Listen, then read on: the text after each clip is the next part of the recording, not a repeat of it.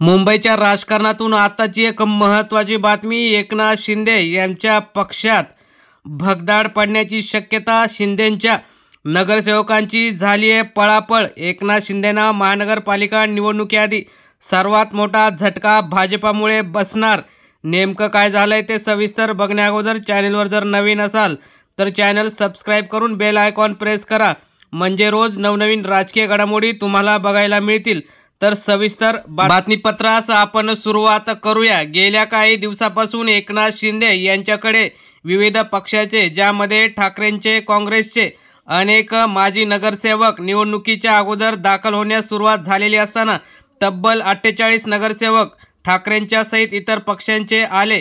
परंतु आता जेव्हा महानगरपालिका निवडणुका अंतिम टप्प्यावर निवडणूक जाहीर होणार असतानाच शिंदेंना हा तगडा झटका बसणार आहे.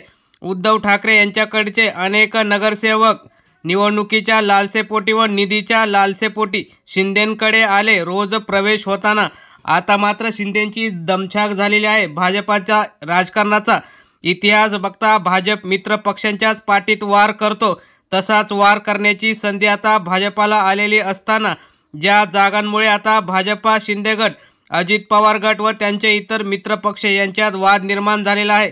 मीडिया समोरच शिंदे गटाचे नेते आणि भाजपाचे नेते यांच्यात शीतयुद्ध सुरू झालं आहे का, असा प्रश्न निर्माण झालेला आहे.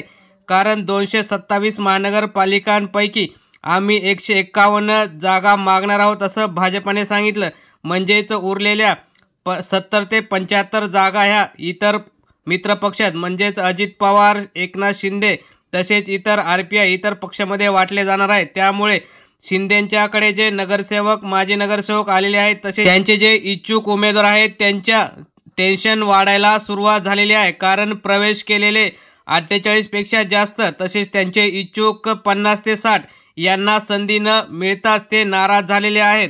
त्यामुळे त्यांची भावना झाली आहे की उद्धव ठाकरेंना सोडून आपण चूक केली आणि ज्या ठिकाणी मुंबईत आपण ठाकरेंच्या साथीने सहज निवडून येत होतो तिथे शिंदेंचा जो पर्याय निवडला तो अतिशय चुकीचा आहे, अशी भावना अनेक माजी नगरसेवकांमध्ये तयार झालेली असल्याने आता ते नगरसेवक पुन्हा एकदा मातोश्रीच्या दिशेने रवाना होऊन पुन्हा एकदा ठाकरेंची माफी मागणार आहेत व पुन्हा एकदा ठाकरेंच्या सेनेत प्रवेश करणार आहेत, अशी महत्त्वाची सूत्रांची माहिती आलेली आहे.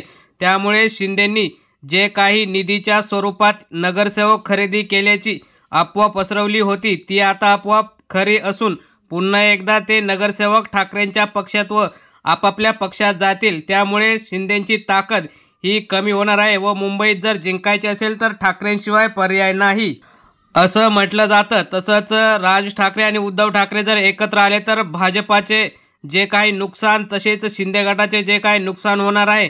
त्यामुळे सत्तेच्या चाव्या हे महाराष्ट्र नवनिर्माण सेना आणि शिवसेना उद्धव बाळासाहेब ठाकरे पक्षाकडेच राहणार आहेत.